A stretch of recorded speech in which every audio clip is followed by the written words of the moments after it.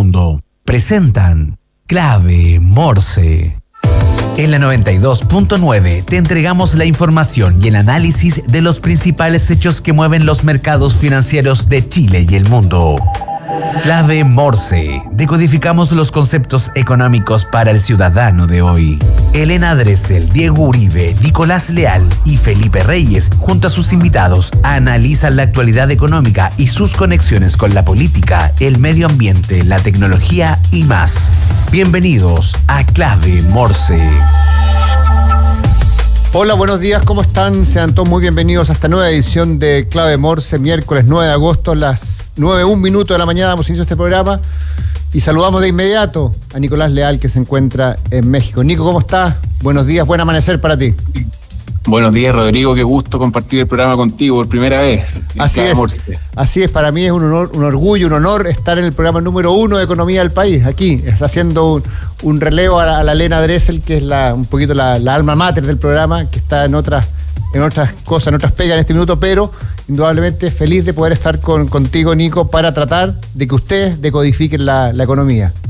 Qué buena, Rodrigo, ¿no? Y feliz por esos resultados que tú dices, número 1 en el programa de Economía, por la encuesta Ipsos que se dio a conocer hace un par de días atrás, así que estamos muy contentos también por los resultados.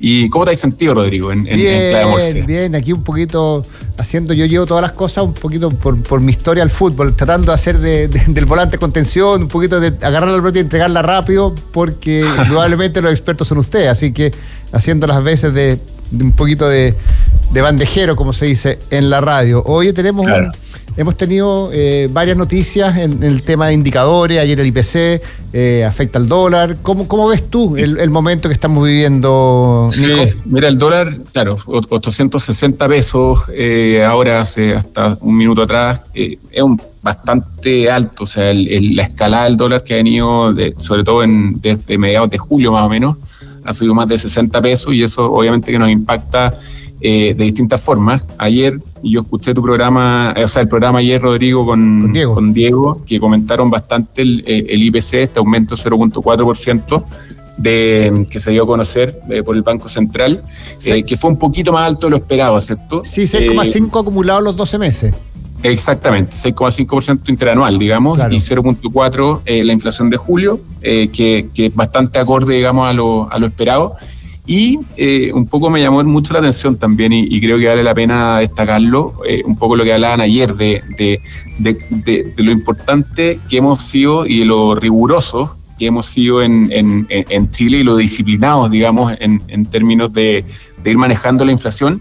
Y no solamente esto, Rodrigo, se ha dado en Chile. O sea, ayer leí una nota que un economista jefe, digamos, del Citi en Nueva York, en Wall Street, decía lo disciplinado que ha sido Latinoamérica en general para el tema del manejo de la inflación y lo rápido que pudimos reaccionar, digamos, a todos los impactos que se nos dio post-COVID, digamos, por el aumento también de los precios y el dinamismo que se está dando a la economía por incentivos, por un montón de otras razones.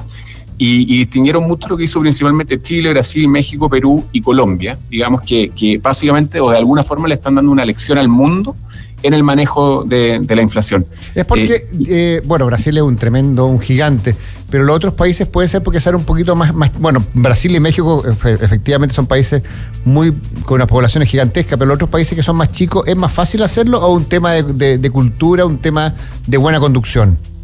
Mira, o sea, pareciera ser que obviamente un poco más fácil, pero acá las señales que se dieron anticipadamente fueron súper importantes. O sea, si analizáis Brasil, lo que hizo Chile, digamos más o menos en marzo del 2021, los responsables de los bancos centrales empezaron a inyectar aumentos, digamos, en la tasa de la política monetaria para poder ir controlando la inflación.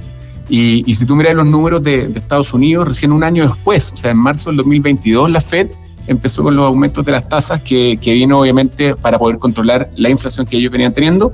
Y si analizáis Europa, fue incluso más tarde, o sea, en julio del 2022, recién el año pasado, empezaron con el incremento de las tasas. Entonces al final, si bien es más fácil, en economías más pequeñas obviamente, o entre comillas más fácil, creo que lo que se tomó, digamos, se tomó el toro por las astas mucho antes, y ese desfase, ¿sabéis que nos está pegando ahora, Rodrigo? Justamente en el precio del dólar, porque se está dando una especie de dicotomía, una diferencia en que Estados Unidos y Europa no han podido controlar la inflación como habían esperado, por lo tanto ha seguido con una tasa de política monetaria súper dura, en comparación con Chile, que hace un par de semanas atrás decreció, o sea, se bajó la tasa en 100 puntos base. Claro, y esa diferencia que se está dando entre las tasas de Estados Unidos y de Chile principalmente nos está pegando fuerte en el tipo de cambio, y te diría que una de las principales razones por las cuales hoy el tipo de cambio está casi en 860 pesos, digamos. O sea, hay en Estados Unidos, imagínate, aumenta la tasa, hay menos dólares circulantes, en Chile baja la tasa, hay más pesos circulantes, por lo tanto esa diferencia nos genera obviamente que el dólar se aprecie en comparación del peso chileno. ¿Y tú crees, Nico, que el Banco Central va a hacer algo, va a salir va a intervenir el dólar, o crees que esto se va a acomodar un poquito por la demanda natural? Es probable que el Banco Central, o sea, yo ya leía que está bastante preocupado si es que este tipo de cambios sigue en aumento en torno a los 900 pesos, digamos, por dólar.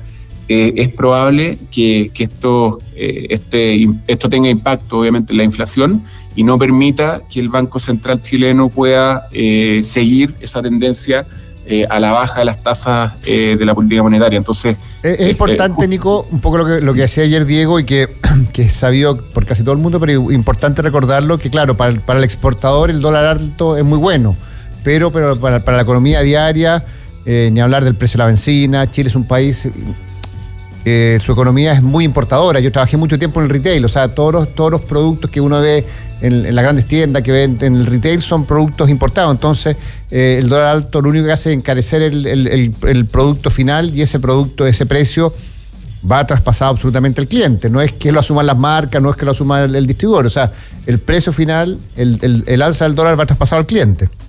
Efectivamente. O sea, esto está todo conectado. Obviamente pareciera ser que los exportadores celebran cuando el dólar está arriba, pero también los importadores tienen insumos que son importados en sus procesos de producción, y eso también tiene un impacto que obviamente no se ve, entonces tiende un poco a confundir.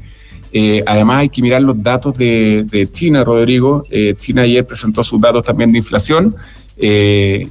Hubo una desflación de 0,3%, lo que fue bien tomado por los mercados de alguna forma, porque se ha controlado bastante la inflación en China.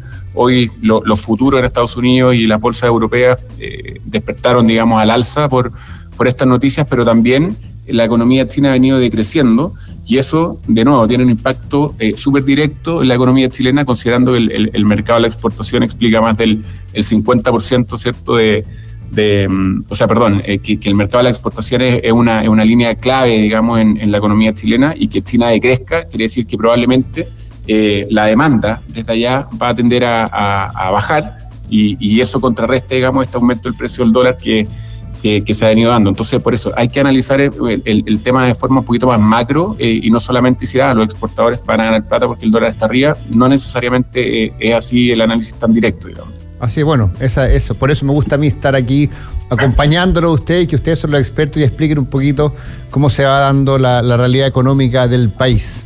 Oye, Rodrigo, aprovechando que estás acá, y dije, tengo que conversar este tema con Rodrigo, mirando el tema, ¿hay visto, me imagino, lo de Messi, el impacto que está teniendo, no solamente futbolístico, o sea, lleva 7 goles en 4 partidos, una locura, pero el impacto económico que está teniendo Messi, no solamente en el Inter de Miami, sino que en la Major League Soccer, es brutal. O sea, me imagino que lo han analizado en los otros programas, pero sí, si tú analizáis el impacto, lo que dice Google Trends, por ejemplo, que el juego, el partido entre Dallas, el FC Dallas y el Inter de Miami fue lo más buscado en todo el mundo el pasado domingo. Después, sí, a ver, lo que pasa, Nico, que Messi toma una decisión económica, y es su transición del jugador al empresario, una decisión distinta a la que tomó Cristiano Ronaldo, que fue una decisión de ir a agarrar, yo no me meto en el bolsillo de nadie, pero ir a agarrar la maleta de dólares a Arabia Saudita, indudablemente hacer caja, y cada uno toma sus decisiones, pero claro, cuando tú ves que Messi va y firma en el Miami, el Inter de Miami, ¿y por qué es tan importante? Porque, por ejemplo, Apple TV compró los derechos de la liga por 10 años, y ya hay 2 series de Messi que están funcionando. Por otro lado, Adidas compra los derechos de la MLS para sponsorear a toda la liga, y Messi es un jugador Adidas. Entonces, no es solamente Messi futbolista, sino que es Messi ya empresario, es Messi con stock options en el Inter de Miami, que le pagan, igual como le pagaron en su momento a David Beckham. Y por otro lado, hay una MLS, que es un poquito lo que dices tú, Nico, mirando el fútbol, porque antiguamente, yo jugué fútbol en Estados Unidos, el año 98, y cuando yo jugué, el fútbol indudablemente era el cuarto deporte y quizás el quinto, detrás del básquetbol, del béisbol, del fútbol americano, empatado con el hockey sobre hielo. Y hoy día con la globalización real de redes sociales, y cuando tú ves que los niños ya tienen ídolos que no son de su país, dicen, ¿sabes qué? Se nos está escapando de las manos esto y los traemos acá. Y hay una decisión económica absolutamente, no solamente deportiva, o sea, tener a Messi en Estados Unidos es un placer, pero hay una decisión económica y hay un Messi empresario ya haciendo la transición del fútbol a ser el empresario. Oye, no, o sea, 100% de acuerdo. Y ya después de 4 partidos se ha visto el impacto. Bueno, el debut de Messi, según las mismas palabras de Beckham, la dieron a nivel mundial 3.5 billones de personas. O sea, 3.500 millones de personas vieron el debut de Messi a nivel global. Algunos puntos, o sea, las entradas se han duplicado en términos de precio y los estadios siguen llenos. La franquicia, digamos, denominada Las Garzas, que fue la que es dueña, digamos, del Inter de Miami, está valorizada, Rodrigo, más o menos en $585 millones el año pasado. Y hoy, según datos de Jorge Mas, que es uno de los propietarios también del club, se dice que la valorización del club actualmente asciende aproximadamente a los $1.500 millones. O sea, se ha valorizado después de la llegada de Messi más o menos en $1.000 millones el club. Y no solamente ese club, porque al final arrastra a toda la industria. Eso es lo virtuoso de la llegada de un producto como Messi. Oye, impresionante y bueno, y además parte de los inversionistas metieron $75 millones más que van a usar en la construcción de un nuevo estadio. O sea, es realmente impresionante lo que tú decís, claro, la transición del Messi jugador al Messi empresario, pero el impacto positivo que ha tenido, a mí me tocó, Rodrigo, yo te he contado, viví en Nueva York del 2013 al 2017 más o menos, y me tocó justo, y fui muchas veces al estadio a ver al New York City cuando estaba Lampard, Pirlo y David Villa, claro. Que fue también, revolucionaron el New York City en su momento. De entrenador estaba Patrick Vieira, imagínate, o sea, había muchas estrellas, pero el impacto que está teniendo, no sé, un Messi, Jordi Alba, Busquets, ha sido pero probablemente 10 veces de lo que fue en ese minuto en el New York City estas 3 estrellas. Nico, ya tenemos sentado en el estudio a Fabián García, arquitecto y director general de TINSA, una compañía multinacional que está en el mundo inmobiliario. Fabián, ¿cómo estás? Bienvenido. Nico Leal, a la distancia desde México. ¿Cómo estás? Vale, bien, ¿y tú? Rodrigo, bien, pues. Nico? Bien, te pido que te acerques un poquito al micrófono para escucharte fuerte y claro, vale. Fabián. Sí, y un poco la idea de esta conversa es tratar de visualizar, de entender qué está pasando con el mercado inmobiliario, que es un mercado que estuvo muy golpeado o que sigue estando golpeado, producto de las tasas, producto de todo lo que hemos vivido no solamente en Chile, sino que en el mundo. Sí. A ver, el mercado inmobiliario sigue bien bajito en relación a lo que nosotros veíamos antes del 2021 hacia atrás, cuando las tasas estaban súper bajas. O sea, uno cotizaba un crédito hipotecario, por ahí uno se podía encontrar el 2021 con una tasa del 2,1, incluso el 2020 algunos créditos 1, y fracción. O sea, las condiciones eran muy buenas para adquirir un departamento, una casa. Sin embargo, con el tiempo y hasta el día de hoy, las tasas han subido. En algún minuto estuvieron un poquitito más altas que hoy. Pero hay algunas señales que ya son un poco más, o que ayudan a que la gente ya se vaya interesando nuevamente en comprar casas, departamentos, viviendas en general. Así que y hay algunas cosas que van cambiando y que se van estabilizando con el tiempo. Así que la situación hoy día es un poquitito mejor que la de los años anteriores. Antes de darle el pase en profundidad a Nico, porque él es el experto, ¿hay un stock muy grande de casas, departamentos, o no hay stock en este minuto para vender? Sí, el stock es grande. O sea, hay que entender más o menos que el ciclo de un proyecto inmobiliario es de varios años. Entonces, claro, cuando nosotros entramos en la pandemia, el ciclo inmobiliario estaba bueno y se estaba produciendo harta vivienda. Entonces, claro, después de eso, en un mercado donde se absorbió mucho menos, esos proyectos tuvieron que seguir haciéndose. Entonces ese stock se fue acumulando con los años. Entonces lo que nosotros vemos es que entre el año 2020 y el 2022 el stock se acumuló. Sin embargo, nosotros vemos que del 2020 a la fecha el stock ya se viene achicando. Pero como la compra de vivienda está más baja, no se achica a los volúmenes suficientes como para decir hay poco stock. O sea, sigue habiendo mucho. Fabián, bueno, acá Nicolás desde México. Oye, una pregunta. Acá normalmente este programa se llama Clave Morse porque decodificamos y ponemos de alguna forma en fácil algunos temas de indicadores, de tasas, de inflación, etcétera. Y me gustaría preguntarte, esta baja en la tasa que se dio de casi un punto base hace algunas semanas por parte del Banco Central, la gente tendería a pensar que esto va a ser automático, instantáneo y que se va a traducir, digamos, en una baja en las tasas hipotecarias, por ejemplo, y no necesariamente así, ¿cierto? O sea, estamos hablando de cuando baja la tasa o cuando el Banco Central baja la tasa, los créditos cortos son los que tienen un impacto inmediato, digamos, pero las tasas de largo plazo, como los créditos hipotecarios, probablemente el efecto se ve cuando la tasa está baja en un nivel más sostenido, a nivel digamos, de un periodo de 6 meses, 8 meses. O sea, ¿compartes tú esa mirada o explícanos un poquito en esa línea cómo funciona? Sí, eso es así. O sea, con las bajas de tasa del Banco Central, lo que uno irá a experimentar es mayor posibilidad de adquirir dinero en corto plazo. O sea, esto le va a pegar más a los consumos, a la gente que está en la casa. Posiblemente, si va a cotizar un hipotecario con la baja de tasas del Banco Central, Nico, no se van a encontrar con una tasa automáticamente más baja. Exacto. Y para eso hay que hacer un ejercicio que es bien básico. En definitiva, cuando yo pido plata para un crédito hipotecario, yo lo pido a un plazo que es larguísimo. Entonces, claro, yo estoy hablando de 25, 30 años. Por lo tanto, quien me va a prestar la plata en la realidad es alguien que no quiere volver a ver ese dinero en 25 años más. Por lo tanto, no estamos hablando de créditos cortos, estamos hablando de créditos muy largos. Y los que prestan plata en esos plazos, o sea, los que quieren ver su dinero de vuelta en 30 años más, son los fondos, son las AFP, los fondos de ahorro previsional. De ahí es de donde se nutre de dinero de largo plazo el mercado chileno. Entonces, claro, lo que nos pasó en Chile fue que durante un par de años nosotros ayudamos a que ese fondo se redujera mucho. Entonces, para la gente en su casa, si un amigo a mí me pide lucas y yo tengo 100 lucas, no me va a doler tanto prestarle una luca. Pero si un amigo mío me pide una luca y tengo 5, esa luca ya me duele. Entonces se la presto más cara. Y lo que nosotros hicimos fue bajar mucho el monto con los retiros de la AFP, por lo tanto había menos dinero disponible para prestar a largo plazo. Subió la tasa.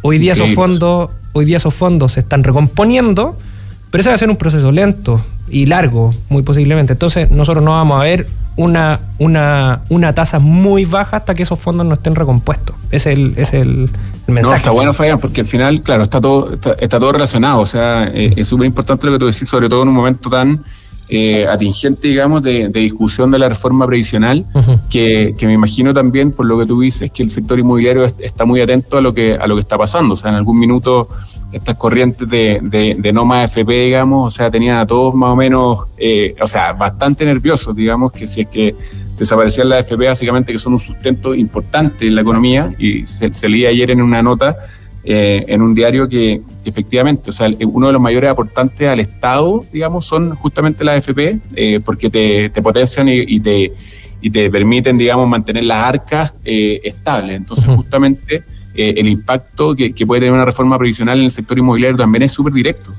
Es súper directo. O sea, a todos en general. Si finalmente...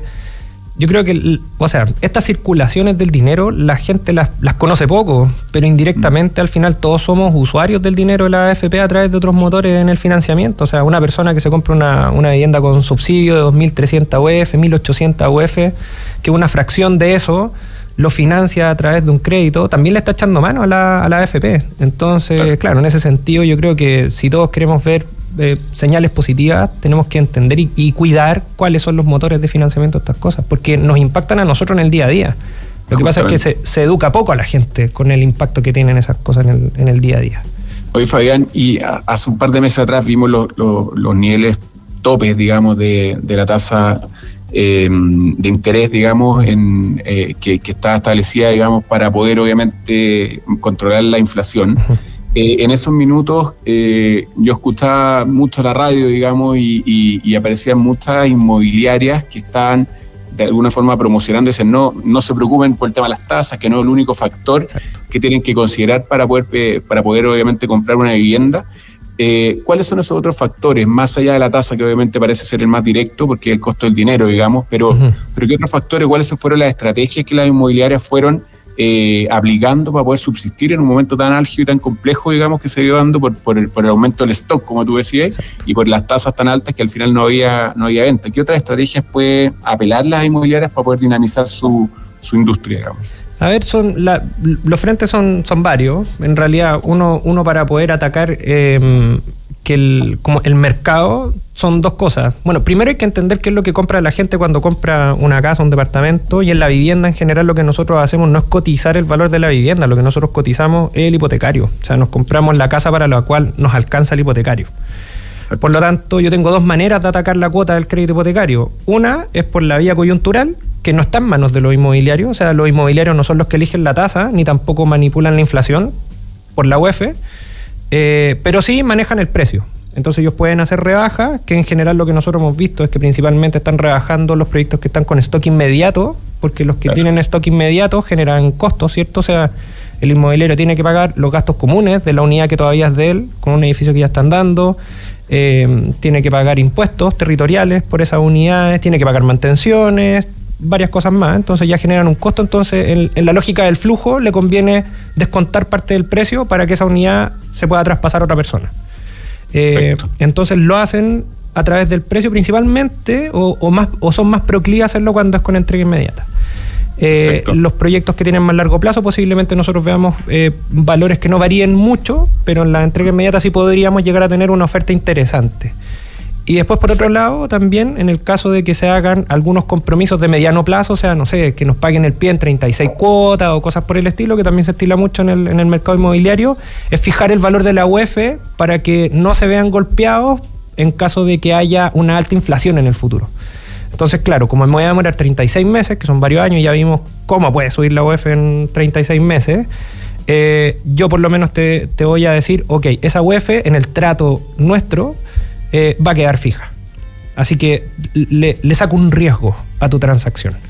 Estamos conversando con Fabián García, arquitecto, director de TINSA, empresa especialista asesora inmobiliaria. Fabián, cuando tú hablamos del tema inmobiliario, hay varias... el inmobiliario es muy grande, hay varias distintas unidades de negocio. Hay segundas viviendas, hay viviendas sociales, hay viviendas de sectores de casas más grandes o de departamentos más grandes. ¿Cómo se diferencia y cuáles fueron los más afectados, digamos, en esta crisis inmobiliaria? Me imagino que la segunda vivienda menos, porque tiene una demanda distinta que la demanda de la vivienda social. Sí.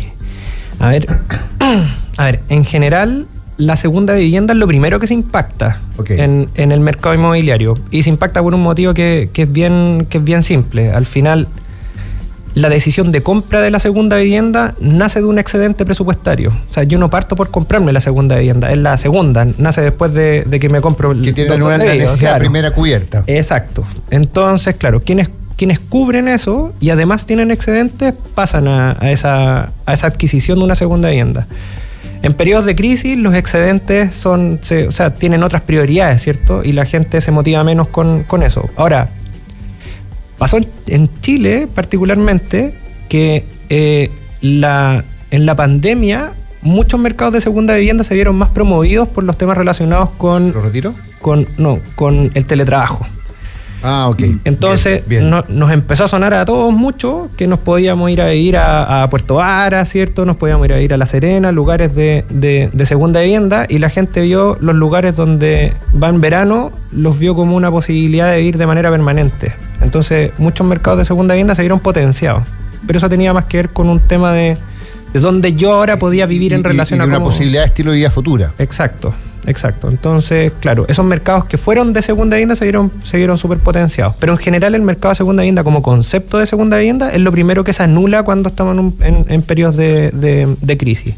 Tiene todo sentido al final, obviamente, con este tema. Y ahí, Fabián, ¿cómo se ven afectados cuando hay momentos de altas tasas o de crisis inmobiliaria, digamos? El tema de los arriendos se traduce más o menos proporcionalmente el aumento de la oferta la gente obviamente al no comprar más, los aumentos, los arriendos se mantienen constantes, aumentan. ¿Cómo afecta? Es como un análisis contracíclico, digamos, ¿no? Sí, si claro. baja claro. Claro, a ver, en el caso de los arriendos, el aumento de las tasas, ahora hay que tener claro que a la gente, o sea, la gente se ha visto con más barreras de entrada a un crédito hipotecario, no tanto por la tasa, sí como por la inflación. O sea, la inflación es lo que más ha pegado, porque nosotros pagamos los créditos de NUEF aquí en Chile. Ahora, ¿cómo le pega eso a los arriendos? Y el fenómeno es bien, hay que mirarlo con harta profundidad. Lo que pasa es que, como nosotros en general cotizamos un crédito hipotecario y no cotizamos el valor de la vivienda directamente, lo que pasa es que en la evaluación financiera, cuando nosotros metemos la tasa, la inflación o el valor de la UF, y eso yo lo contrasto contra la evaluación financiera de una persona, puede ser que una vivienda en una comuna no corresponda al segmento de evaluación de la persona. Voy a dar un ejemplo bien claro. Por ejemplo, una persona que está tratando de comprar una vivienda en Ñuñoa, el año 2020 posiblemente la pudiese adquirir, porque la evaluación financiera, de acuerdo a sus ingresos, calzaba. O sea, el dividendo que podía obtener no era más del 25% de sus ingresos. Claro. Sin embargo, con un aumento de tasa y un aumento súper violento del valor de la UF, ahora esa persona, si mantenía para lo que le daban en un crédito hipotecario, posiblemente no podía comprar en Ñuñoa, sino que podía comprar en San Miguel. Claro. ¿Cuál es el problema de la persona que quiere vivir en Ñuñoa? Es que probablemente no quiere vivir en San Miguel. Porque tiene su colegio, su hijo en algún colegio, porque porque tiene un sistema de vida ya armado para vivir en Ñuñoa. Armado para vivir en Ñuñoa. Entonces, ¿qué pasa con eso, Rodrigo? Que la gente se queda en Ñuñoa, pero ya no puede comprar en Ñuñoa. Entonces, arrienda en Ñuñoa. Por eso este tema es tan importante. Y como la gente ya no va a ser compradora de vivienda, sino que arrendadora de vivienda, en efecto lo que pasa es que presionan el mercado de los arriendos. Ahora, alguien tiene que ser dueño de la vivienda para arrendarla, de todos modos. O sea, igual hay un propietario en alguna parte. Lo que pasa es que ahí empiezan a nacer los segmentos inversionistas, y por una parte pueden ser o grandes inversionistas que compran grandes volúmenes de departamentos, casas, viviendas en general, o los microinversionistas que a lo mejor viven en otras comunas de mayor segmento, pero que su excedente ya no lo destinan a la segunda vivienda, sino que lo destinan a vivienda de inversión. ¿Y tú cómo ves el corto, mediano y largo plazo del tema inmobiliario en Chile, así como para un poquito clave Morse, decodifiquemos la economía, decodifiquemos el sistema inmobiliario? ¿Cómo lo ves tú? Vale, a ver, lo que nosotros vemos es que el mercado está más activo hoy día, eso es una realidad. Sí. Porque a ver, lo que nosotros hacemos principalmente con los bancos es que nosotros hacemos las evaluaciones de, o sea, cuál es el valor de la vivienda al momento del otorgamiento del hipotecario. Entonces nosotros hemos visto que los bancos hoy día sí han estado solicitando volúmenes más altos. Eso es un indicador súper bueno para nosotros porque sabemos cuánta gente está interesada en adquirir vivienda y eso ha subido. Por lo menos están cotizando. Están cotizando. O sea, hay más actividad. Y la mayor actividad hoy día no pasa tanto por la bajada de tasas, sino que pasa más bien porque es más fácil proyectar hoy día. O sea, si nosotros vemos los estándares de inflación mensual que estamos teniendo hoy día, vemos que lo que el Banco Central ha hecho en los últimos años ha sido efectivo para contener.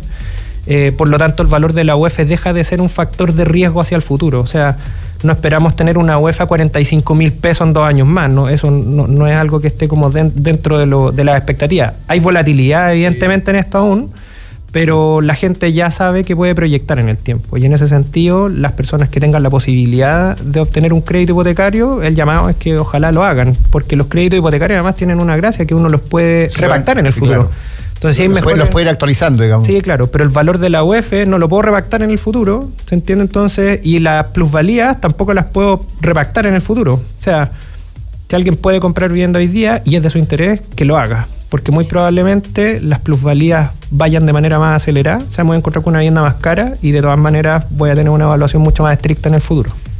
Buenísimo. Fabián, cuéntanos de Consultora Tinsa, ¿dónde los pueden encontrar? ¿Quiénes son sus clientes? ¿Son empresas? ¿Son personas naturales? Cuéntanos un poquito para ir cerrando, digamos, la entrevista, que ya nos pilla el tiempo. Vale, bueno, de nuestros servicios nos pueden encontrar en tinsa.cl. Nuestros clientes son principalmente personas, muchas personas las que piden crédito hipotecario, se les asigna Tinsa para que vaya una evaluadora a ver el valor de la propiedad para efecto del crédito hipotecario, así que muchos son nuestros clientes indirectamente. Y por otro lado también inmobiliarias, que pueden ver el sitio www.incoin.lat, como informe de coyuntura inmobiliaria.lat. Ahí pueden ver información del mercado inmobiliario chileno, peruano, colombiano, mexicano, que es donde nosotros estamos presentes. Fabián, muchas gracias por estar con nosotros, muchas gracias por darnos una visión de cómo está el mercado inmobiliario en Chile, porque la verdad que es algo que mueve mucho la economía del país, y yo creo que nos genera un poquito de tranquilidad. Sí, se ve algo de luz ya más adelante. Así que Rodrigo, Nico, muchas gracias por la invitación. Ahí gracias, está. Fabián. Vale, que estén bien, adiós. Adiós. Despedimos a Fabián y vamos a una pausa en Clave Morse. Nico, de inmediato volvemos con el segundo bloque. Perfecto.